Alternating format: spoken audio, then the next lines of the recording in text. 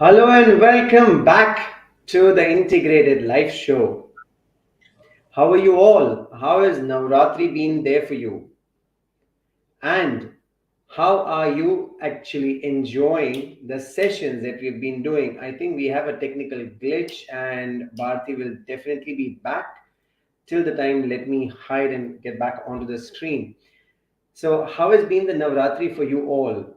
Navratri in India, we celebrate for 9 days, and those are the 9 days where we actually kill the nine devils within ourselves.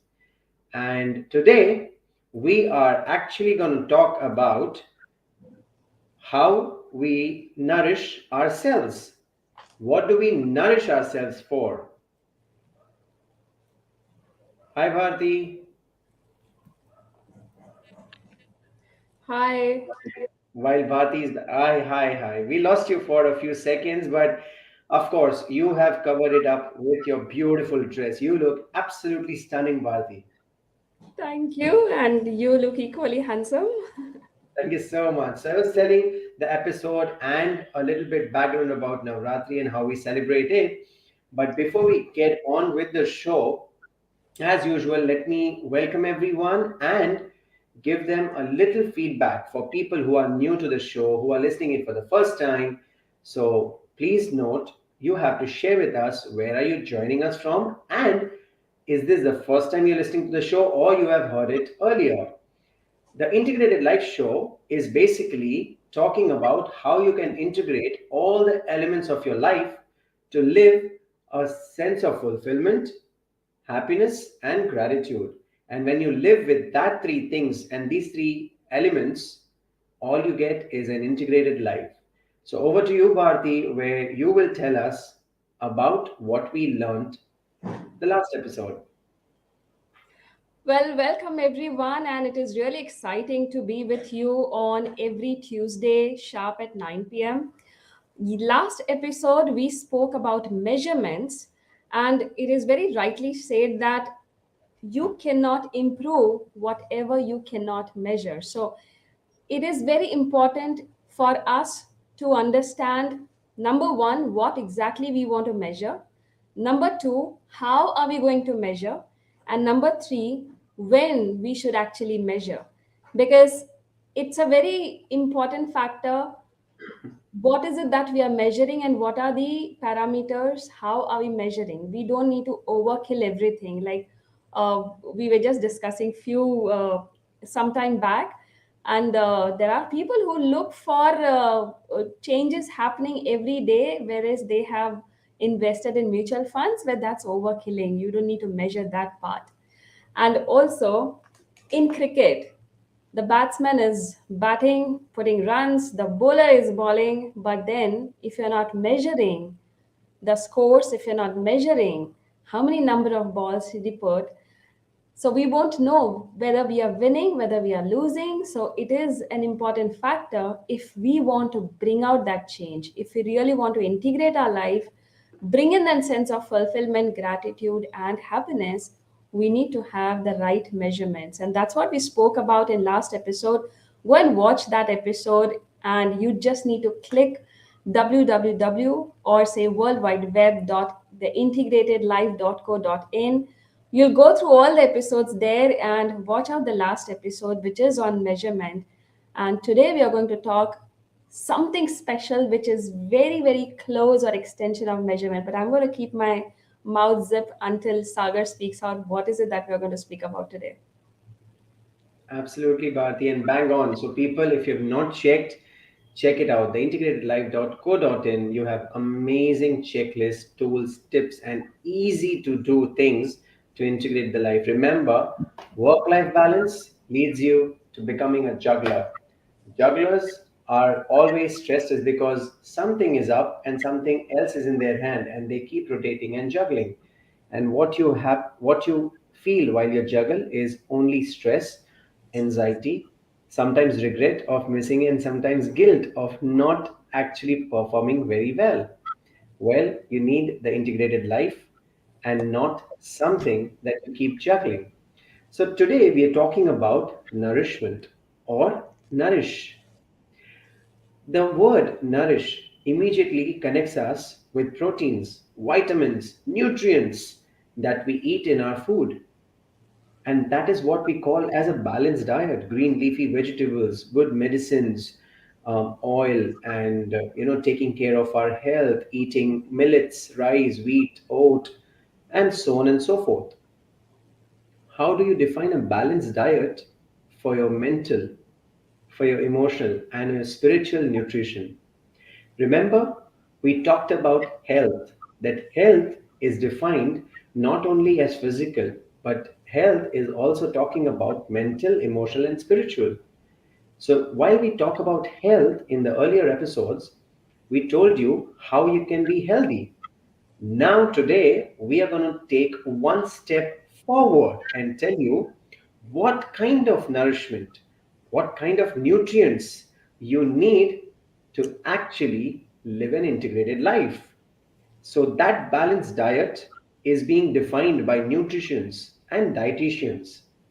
But who defines a balanced diet, or what kind of nutrients or what kind of nourishment do you need for mental nourishment, emotional nourishment, and spiritual nourishment? But first of all, why do you need nourishment? We all know we need nutrients and proteins and vitamins and carbs and sugar for our physical body. But why do we need it for emotional, mental, and spiritual? Let's hear it from Bharti. And it is a very important factor for to live an integrated life, because we need nourishment. We know that since childhood we have learned about taking care of our food habits, taking care of our uh, what we are actually eating, what kind of food we are taking inside, so we nourish our physical body. Why it is important and why we are covering this in this episode is the entire holistic perspective of health. We need to nourish our emotional well-being, we need to nourish our mental well-being, we need to nourish our spiritual well-being. Why? Because all these well-beings are connected. Your physical well-being depends on your mental well-being. Your mental and emotional well-being have direct connection to your physical well-being. We nourish our physical well being with food, with proper diet, with good organic vegetables, fruits, all the good things that we can nourish our body. But when it comes to mental well being, when it comes to emotional well being, aren't we supposed to take care of that as well? Because many a times I have seen that a very healthy person physically is able and is capable of doing everything, is not able to perform because mentally he or she is not in the right frame of mind. Either they are anxious, the anxiety, sometimes they go into a little bit of depression, sometimes the sadness or loneliness catches up, sometimes the failures in our life. So there are so many situations that come into our life, and we keep on juggling, we keep on fighting. But the important part is our mental well being affects our physical well being. And Yes. hence, it is important. And hence, it is important for us to understand and find out that why it is important. What is actually this well being? When we say we should nourish, what do we nourish and how do we nourish all these well-beings that we are looking forward to? So that's what we are going to cover today in this episode. Yes, So, Agar. while you talk about that, you know what nourishment actually means in terms of a productive mindset?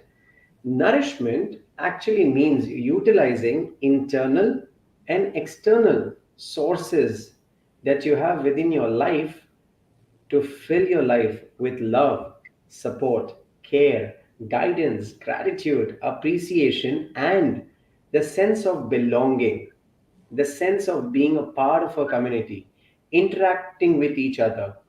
And that leads to our core value that we keep talking. It leads to fulfillment. Because as humans, the only thing that we strive is to feel fulfilled. It we strive, we talk about passion, we talk about our dreams, we talk about caring for others, we talk about all this is because we want to feel the fulfillment, we want to feel that connectedness. And deep within, we all are social animals, no matter how nuclear family we are, but we all realized in COVID that how important it is to be socially connected. A simple hug from a friend can change your day. A simple smile from your boss, from your colleague, can change your day. A little appreciation from someone can change your mood. Isn't that amazing thing? And that is a nourishment that is available free of cost. And that is a real nourishment. And that is what we are talking about today in the show. And we are talking about why it is important. It's important because it gives you the sense of fulfillment, it gives you the sense of belonging, it gives you the sense of life, it gives you the purpose of life. So let's understand what are the different levels of nourishment, or what are the different ways where we can nourish ourselves. And for that, I would invite again Bharati to share what are different kinds of nourishment, what are the different levels of nourishment. So, the way we take care of our physical body and we nourish when our body gives us some kind of signals in the form of hunger, in the form of thirst, in the form of cravings. So, we get those kind of signals and we feed our body with the food. We also realize if the energy is dropping, that means we need either carbs, we need sugar, we need more energy. So we take in those kind of food. It's the same way we need that food for mental well-being. We need food for our emotional well-being. We need food for spiritual well-being as well. And these are the different types of nourishment that is required for us to live that integrated life. And yes, there are levels where we can take this nourishment to a different level. We can start with the basics when we say that if we need to feed our mental well being, how should we feed this mental well being we? So, if I want to keep my mental well being very much strong and completely in charge, I must understand what am I feeding my mental consciousness, my some people call it as subconscious mind. What is it that I'm feeding that with? Am I feeding with the right or a good information, or am I feeding all kind of gossips, all kind of bad news or negative comments, or am I feeding it with say web series or any kind of movies which are horrors, which are suspense, thrillers? No, I'm not saying once a while you shouldn't watch. What I'm saying is if you're continuously feeding your mental, your mind with these kind of information, that is what is getting churned inside you. And you are processing that information, and that is becoming the reality of your inner world. The moment it becomes the reality of your inner world, when you start projecting out, when you start looking at the world outside, you will start looking at people in terms of doubting them, in terms of mistrusting them, in terms of looking at it being paranoid about anything or being double sure about am I doing the right thing. So the fear slips in, the doubts slips in, any amount of anxiety can slip in because you're feeding your brain, your mind with all these kind of information. Now, here is the different part of it. If you feed your brain, if you feed your consciousness with right amount of, say, right information, which is you reading some good books that will help you grow, that you are learning something good, you are feeding that with, say, being with different kind of people who are influencing you, giving you some kind of experience, sharing their knowledge and wisdom with you, and you are looking at your possibilities, you're looking at opportunities to growth. So you have a good people surrounding you that are helping you, and you are exposed or you are putting yourself into say what attending some kind of events where you are learning and sharing and growing together. So if you're feeding your brain with that kind of information, that information is being processed, and hence you will start looking at the world in that view. And definitely, when you look at the world in that view, you will find right people coming in your life. Otherwise, it will always be finding some faults in people, looking at people from different angles by doubting them, not trusting them. All these things will come if you are not feeding right information. The another aspect is the way we have a physical body, your stomach telling you to stop eating, don't feed me more because I'm full, is the same way your brain, even though we know that we have capacity, but there is a lot of information overload these days because of the technology, because of online virtual platforms open up, because so much of advancement that we have, there's an information overload. So don't overload your brain with too much of information. Speed enough that your brain can process and give you the right perspective to live an integrated life. Yes, Sagar. No, very well said. Very well said, Bharati, that you count your calories when you are eating the physical food, but are you actually counting the calories or the information? Because calories can be for physical food. Information is something that your mental capacity is all about. So are you actually evaluating what is the information that you're putting in for your brain? Brilliantly said. So, friends, let us summarize and evaluate what we're talking about. One, the nourishment that you need is for your physical health, that comes from your diet, that comes from your food. Second level that Bharti mentioned just now was about mental health. What is mental health? Mental health basically is about what information are you gathering, what experiences or feeling are you having for yourself, what kind of thoughts are being generated in your mind. Because always remember, the information that you have or the information that you get actually creates the thoughts, and the thoughts will lead to action, and then action will actually lead to what you are or what you behave or what you get or what your destiny is. So in that sense, what we are talking about here is, you know physical, mental, emotional, and spiritual. Now, when we talk about information, where do we get this information from? This information comes from the different things that we observe, the different things that we read, the different things that we hear, the different things that we gossip about. How many times have we heard that gossiping is not good? Is only because of this information overload. Today, let me give you an example.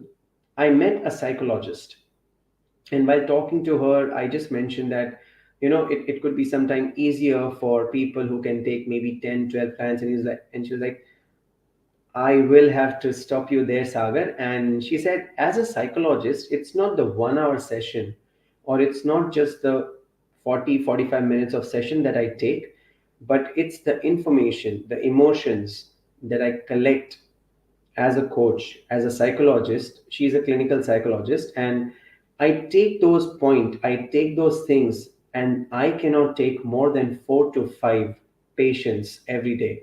Now, that is exactly what we mean by information overload. Now, 1 hour a patient, 8 hours to work. People would expect that you have to work for 8 hours, and that's what is happening in the corporates nowadays. We are being forced to work completely just because you are in office and you have a little time. I've seen so many leaders, they think people should not sit idle. People should not be sitting and doing nothing, but they should be just working because they are being paid. They are being paid for 8 hours, so keep working like a donkey. Isn't that a thing to be thought of? You need to work, yes. You're being paid for the work, yes. But are you being paid for the labor that you're doing, or are you being paid for the creative mind that you have? Are you being paid only to perform, or are you being paid to perform with quality? Now, if you really need to perform with quality, are you actually reviewing your work that you're doing? Are you feeding information? Are you creating the right thoughts? Are you giving time for the brain to absorb that information that your mental nourishment requires so that you can grow and improve the quality of your work? Or are you just working, working, working, working? Remember, by doing that to your mental nourishment, you are inviting burnout. And that's what we discussed in the earlier episodes, that if you don't take care of your mental wellness, you are actually leading to burnout. So, like physical wellness leads to obesity, mental wellness, if not taken care of, if mental nourishment is not taken care of, you are leading to burnout.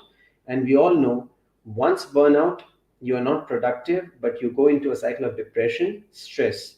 So, mental wellness, mental nourishment is extremely important. What is next is emotional and spiritual. So, when we talk about emotional nourishment, we are talking about what gives you experience. Now, that experience is not work experience, but the experience that you listen to your favorite song. Tell us which is your favorite song if you're listening this episode right now live with us.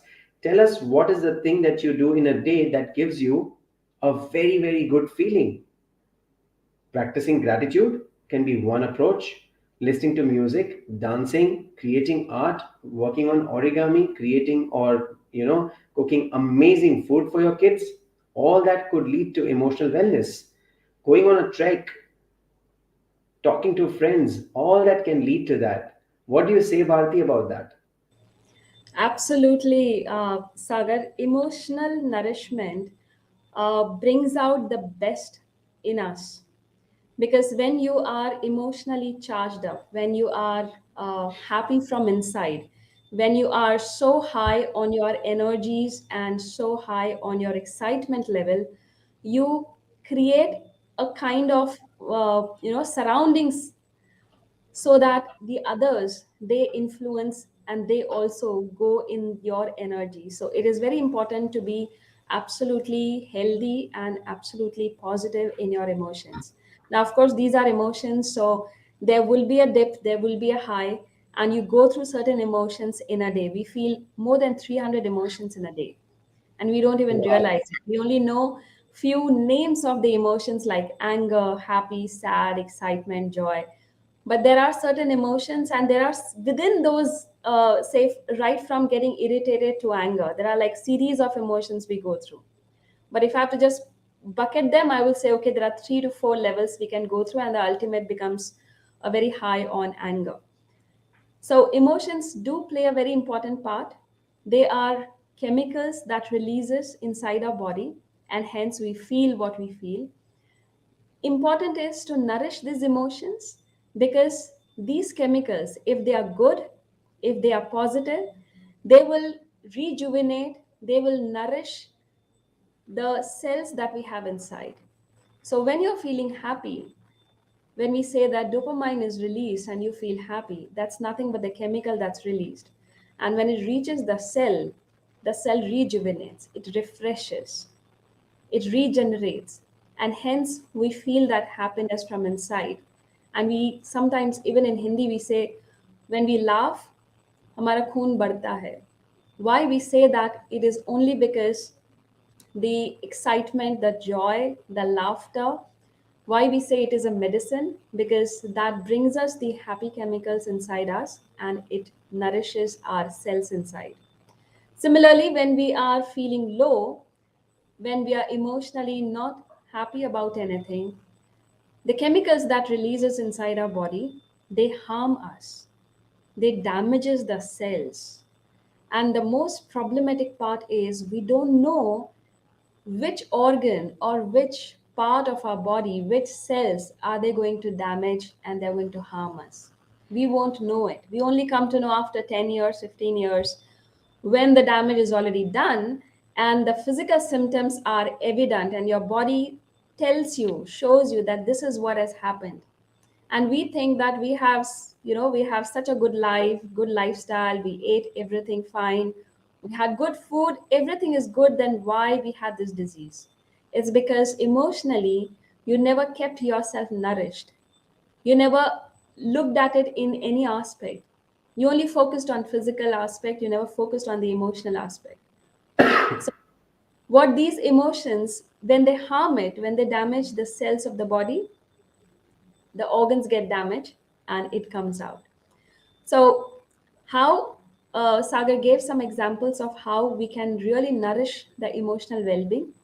If you are fond of dance, you can do a 5 minutes, 10 minutes dance and raise up your emotions. You can listen to the nice music.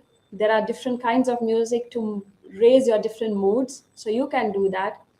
You can look at some craft if you like, or you're passionate about instruments. You can tune in some instruments. I love baking. I do that, and of course that's my another profession as well. So baking gives me another different level of emotions. Cooking gives you a different another level. Some people go for cycling, swimming, trekking, they go on mountains. So there are different ways that you can raise those emotions high and nourish your emotions. It is important to water the plant every day. Similarly, it is important to nourish your emotional well-being every single day. The important part is you need to identify which activity or what will make your emotions high or give you those positive vibes or positive experiences in your life that will nourish your emotional well-being. So you need to identify those, that this is what is giving me this emotion, let me do this more. This activity or this particular environment, or say a bunch of people are not giving me a good emotion, so either I can stay away, I can avoid, or I can find out a way to deal with them. But emotional well-being is at most important. If you know that your environment is not conducive for you to grow, you need to pinpoint and understand that what is it that is bothering, what is it that is not helping you to grow, and nourish that particular well-being, whether it is emotional, whether it's mental or physical. Yes, Sagar. Absolutely, very well said. But let me also highlight one more point, that avoid placing high expectations from a single individual or a single thing that can give you emotional nourishment. Why? Because sometimes people fail, sometimes expectations are not fulfilled, and then it hurts. So, putting and placing high expectations from one person or one thing is not at all advisable. So, like Bharti said, have 3 to 4 different areas which gives you emotional nourishment. Now understand that emotional nourishment can come from your craft, can come from your passion. You know what I used to have as an example of an emotional nourishment for myself? Every Sunday, if you come to my house, invariably you will find me in the garden for first 4 hours of the day, which starts from around 6:30 in the morning till approximately 10:30 to 11. What I would be doing, I would be planting, I would be nourishing my trees, I would be spending my time with the mud, refilling or re-nourishing the mud, checking how the plants are growing, checking if the roots need some more nourishment, planting some new flowers, going to the nursery and getting some seasonal plants, getting orchids, and enjoying that. Trimming the trees if they have grown too much, tying up the bushes or climbers so that they can, grow properly, and that gave me emotional nourishment. Now that was only 4 hours in a day. Then I used to go out with my kids, and we used to go out for a long walk because we had Hussain Sagar Lake in Hyderabad back where I was living. Then we used to feed the pigeons, then we used to go and feed the cows, and then go for a brunch. And that used to be my second half of the day to fulfill my emotional nourishment. Evening used to be with the family, chit chatting, talking, or playing badminton, playing cricket with my son, or just going to a garden and just playing hide and seek, or even, catching the ball, or just playing on the slides, being with them. And that's how the day spent. Now, that was emotional nourishment for me. So, what are you actually having as a source of emotional nourishment for you? Share it with us and let us know, because you can also inspire so many people by your ways, by your examples. by your stories. And emotional nourishment can always grow by sharing it with each other. And stress is something that can be avoided if you're emotionally nourished. So, like when they say that if you have good amount of proteins, you will be energetic. The same way, if you are emotionally nourished, you will avoid stress and you will never have a drain of energy. And that is why you should always stay emotionally nourished to avoid stress and be full of energy. Because when you're full of energy, all you're attracting is more positive energy and more goodness. And people around you, your family, your friends, your colleagues, will always feel happy being around you, is because they will feel those vibrations coming through your soul, through your body, through your aura. And that leads us to something which is very, very important. Yes, aura, it leads to spiritual, our soul. How are we actually nourishing our soul? How are we actually creating a bond with ourselves to nourish our soul? What are your thoughts on that, Bharti? And that's the most important nourishment that we must do. Spiritual nourishment, it brings out the nourishment of soul. That's how I look at it. The way we are nourishing our physical body, the way we are nourishing our mental health, to take care of our brain and to take care of our unconsciousness, we are also taking care of the emotions, emotional well-being, nourishing the emotions so that the heart is all pumped up and good. In the same manner, we must nourish our soul, we must nourish the spiritual side of it. How we can do that? There are 2 to 3 ways that even Sagar does it, and we all do it at a very regular basis. One is sitting in a meditative state and just being with yourself, and that brings me closer to myself.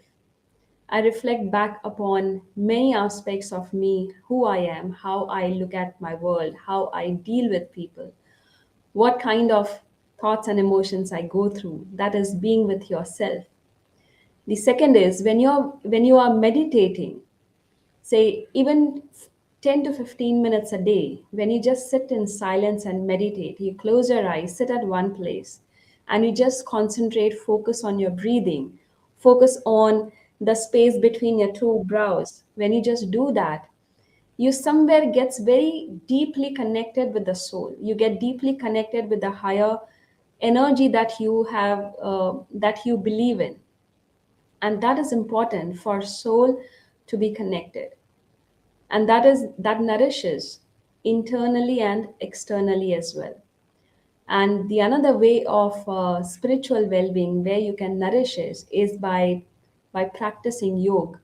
So when you are practicing yogas, different asanas, the whole idea of uh, practicing yoga was not about flexibility or weight loss or uh, some kind of, say, if you have pain in some parts of the body. The whole idea of doing this was to be aligned with yourself. The whole idea of yoga is to be deeply connected with yourself. How do you align your energy centers? How do you align your inner self with the external body? That's why we practice yoga. And of course, these are all the outcomes. So when you are performing and practicing yoga for months and years, of course you develop flexibility in the body. Of course, your weight starts getting reduced, and you become more uh, outward looking when you are performing yoga. So when you are practicing breathing techniques as well, a couple of breathing techniques like pranayam or kapalbhati, when you are doing this, you are actually creating a thresholds inside your body, and that breathing is the most ultimate part. Just think about it. If you close your nose for a moment and you also zip up your mouth, you can't stay in that position even for a minute because you start choking up. And that's the important aspect of life, because that's the ultimate life that is breathing inside you. If that stops, everything stops.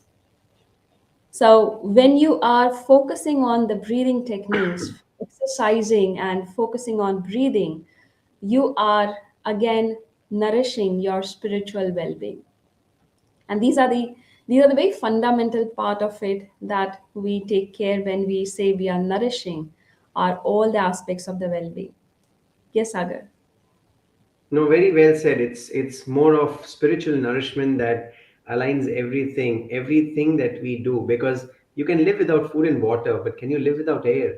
Can you live without breathing? Absolutely no. So how important is that spiritual nourishment? But Bharti, I've been into a certain shibir. I've also met some people who talk about breathing, who talk about different breathing techniques. Let me share one small example with all our viewers today. Have you ever seen a baby breathing? It breathes from the stomach. Yeah. But Yes. have you seen our us adults breathing? We never breathe from our stomach. We actually never breathe with the full lungs. We actually use only maybe 25, 30, or 40% of our lungs. Yeah. How bad is that? When we speak, when we talk, there are so many people who forget breathing. When we are crying, we cannot breathe properly. When we are angry, we cannot breathe properly. And breathing leads to so many other issues in our organs. If I'm right in quoting this, I think cancer also is related somewhere to lack of oxygen, which could be also related to breathing. I'm not too sure because I'm not a doctor, but the books that I read or the articles that I've read are talking about it. So I wouldn't claim them and I wouldn't claim that I'm right, but that's how important it is. And spiritual nourishment for me is basically a journey towards purpose of life. It's the journey for seeking the soul. Spiritual nourishment for me is all about knowing who you are, knowing what the purpose of your life is, and that can only come when you connect with your soul. It does not come by running the rat race. It does not come by running around every day. It does not come by working very hard. Absolutely, all that is necessary, but spiritual nourishment comes when you go into meditative state, when you do yoga, when you do different kind of breathing techniques, when you actually go and connect with the deeper inner self, when you start recognizing the purpose of your life, you are nourishing yourself spiritually. And remember, we discussed that in the health. If you're healthy spiritually, you will be healthy emotionally. If you're emotionally healthy, it will lead to mental health. And when you're mentally healthy, you will be physically healthy.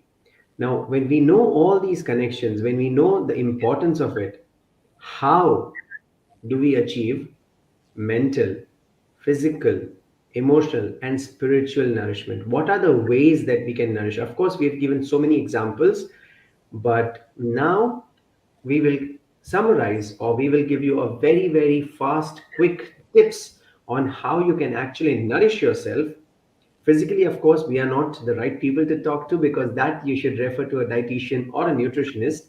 But we will try and cover what and how you can actually nourish mentally, emotionally, and spiritually. What do you think, Parthi? Should we summarize and quickly give them some tips on how they can actually nourish themselves?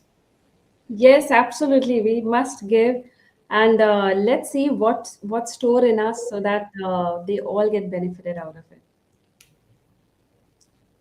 Yep. So let's go on. Go first with mental.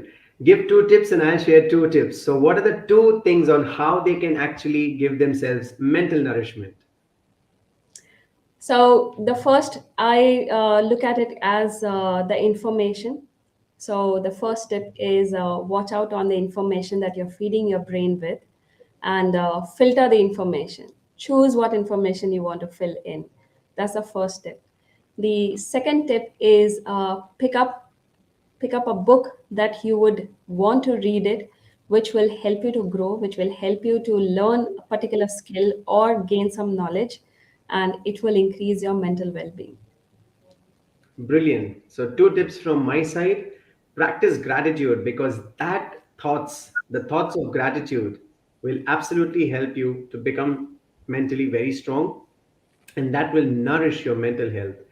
Second, which we talk about mental, will be mindful, be in the present, be in the now, be vigilant, observe what is going inside the two ears that you have and the two eyes that you see with, because that leads to information that Bharti talked about. So be mindful, be vigilant. So those are the two tips from me and Bharti for physical, for mental. Now let's look at emotional. Yes, Bharti.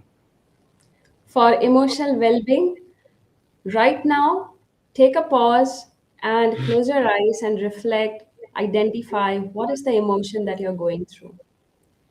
So, the more you identify the emotion that you're going through, you will be able to also work on your emotional well being. So, whenever in any point of your day, I do it every hour. So every hour I have an alarm and it rings. I pause. I reflect upon what am I thinking? What are the thoughts that are running through in my brain? What are the emotions that I'm going through? And I take a pause. Whatever I like it, I keep it. What I don't like it, I just put it away. It's like I sweep away my entire mind because I don't want those emotions. So that's the first tip that I can give for emotional nourishment. The second step is when you are feeling low, I have identified 2 to 3 activities that helps me to come out of the low side of the emotion that I'm feeling. And the moment I do that activity, it brings me into a positive part of my emotion. I feel happy, or sometimes I feel humbled. Uh, I fill my I fill my heart with gratitude. I fill my heart with joy, and that is what I have identified. So that's the 2 tips from me. Brilliant, Bharti. Thank you so much. So, again, the quick two tips for emotional is you need to feel appreciated, you need to feel safe, you need to feel wanted. Now, to have that feeling, all you need to do is call up a few friends, talk to them, connect with them, have a word with them, because that will help you soothe. But while doing that, remember, be mindful. Remember what you're feeding your mind and mental nourishment. So, tip number one, stay connected, talk to people, and create those experiences for yourself. Second is go on a trek, go on a holiday for maybe a day, for a 2 days, with a weekend, with family, and enjoy the nature, because nature is blessing for creating positive emotions, because nature can never ever have negative emotions. The plants, the trees, the birds, the sand, the smell of the sand when it gets wet, it's all amazing. There's beauty in nature, and we are all emotionally blessed because nature is all around us. Even a small pot that you have, the plant that you have, a little gardening activity, that is also connected to nature, and that will create humbleness within you, and you will have emotional nourishment. Now, coming to the final thing, how can you have spiritual nourishment, Bharti? Well, it is very easy. In fact, I would say the most easiest is the spiritual nourishment. The first tip is the moment you wake up, you simply, when you wake up, you close your eyes for a moment and go on a silence for a minute. What I do is I close my hands like this and I just do my chanting. So that's 1 minute, 2 minutes of chant that I do. And it immediately connects me to myself and it rejuvenates me. So that's the first tip that I take for spiritual well-being. The second tip is when you want to get connected, you it is important, yes, to be in a meditative state for some time. It requires some practice. But then, when you are, say, working on a desk, you can pause and just be there for 2 to 3 minutes and be in the meditative state. What it means is, when you are in your meditative state, you are simply connecting yourself with the higher energy, and that nourishes your spiritual well being to the greatest. So that's what I do. That's amazing, Bharti. Two quick tips for spiritual nourishment from me. A, wake up Do what Bharti said, because that's going to take a minute. Add to that, go out in the sun, sit down for 5 to 10 minutes, absorb vitamin D from the sun, and while you're doing that, you can keep your eyes closed and do meditation. So, what we can do is we can combine waking up and do what Bharti said about the hand and everything. Walk out in the sun, maybe on the terrace or the balcony or wherever you are, and get vitamin D for yourself, because that's very important for your physical health. But at the same time, sit and just close your eyes and be in a meditative state, or concentrate on your breathing. So that's one tip from me. Second, while you are actually talking about yoga, meditation, talk about or experience or connect more deeper with yourself. How you can do that? Every night before you sleep, spend or have a sleeping routine. So we all have a morning routine, but do we have a routine to sleep? Do we actually have a routine where we show gratitude to ourselves, gratitude to Mother Earth, gratitude to our family, and do a little bit of chanting? Because that's what I do. I chant the holy names, not because they are holy and it's related to a religion, but remember, even the sound of Om has got right vibrations. Even NASA has found that the vibrations are very, very powerful. So sometimes, though you may be different religion, Hindu, Sikh, Muslim, Christianity, and every religion that I respect with, every religion would have some holy chanting names.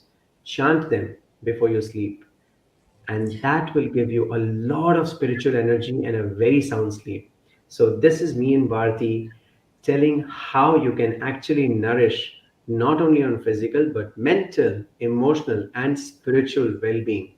To know more and to actually grab and take advantage of what all we have spoken, you can actually check the link right here, theintegratedlife.co.in/nourish. Everything that we have shared here is available as a part of the checklist. Now, what do you do with that checklist? You just download it and enjoy it every single day. One more notice or one more share. Today, we have got a message from few friends that our episode is not being visible on LinkedIn. We are absolutely sorry, and we regret the technical glitch or the technical mishappening on the LinkedIn side, which is not in our control, but definitely we will share a link of the YouTube and you can watch it. If not, you can again go on the same link where you are downloading the checklist, and you will see the complete episode on our YouTube channel. And if you've liked it, do share it with your friends and comment with us what more do you want from us in terms of nourishment and all other episodes that we have done so far. How over to you, Bharti. Absolutely. And when you go through this website, you will also look at other episodes if you have missed any of the episodes, because this is the 14th episode that we have been doing. So all the 13 episodes are there. You can watch, re-watch it, and pick up the learnings. Every time when I do this, I have my notepad and pen ready so that I pick up the learnings. I don't want to miss out. It is not something that I am doing this solely for the entertainment, but it is more of my growth. I want to live an integrated life. That's why I do this. And hence, go to the website and watch other episodes. Also, Sagar, this reminds me that when you chant and bring in the vibrations, it is important for our spiritual well being. I'll tell you what happens in our physical well being. There are neurons inside our body, and in some parts of the body, the neurons are congested, as in they are like a bunch of neurons, like millions and trillions of neurons are concentrated in one area, and that's why it's called an energy center. When you chant, when you raise your vibrations, when you do mantras or any kind of affirmations or positive statements that you say, you are actually bringing the connections between the neurons and you are lightening up. So what happens, these neurons when they lighten up, it's like those during Diwali when we see those small bulbs, they enlighten the entire area. and there are like thousands of bulbs, and we see like amazing sight during Diwali. It is exactly what happens inside when we do chants and mantras. It enlightens, it brings those connections into the neurons, and it lightens up. And that's important because the moment these neurons are lighten up, there are sparks and there are connections. And when there are connections, they start working actively, because we want them to be active. We don't want them to be dormant or inactive, or simply die off. We want Are them these to be the active. chakras that you're talking about? Sorry. Are these the seven chakras that you're talking about? Yes, yes. Lovely. Okay, I know what you're talking. Yes, I'm talking about chakras, the energy centers that we have in our body. And the why they are called energy centers, because the neurons are concentrated in one area, and that forms a chakra. So there are different, so every chakras has its own energy, and it vibrates and brings the alignment in our body.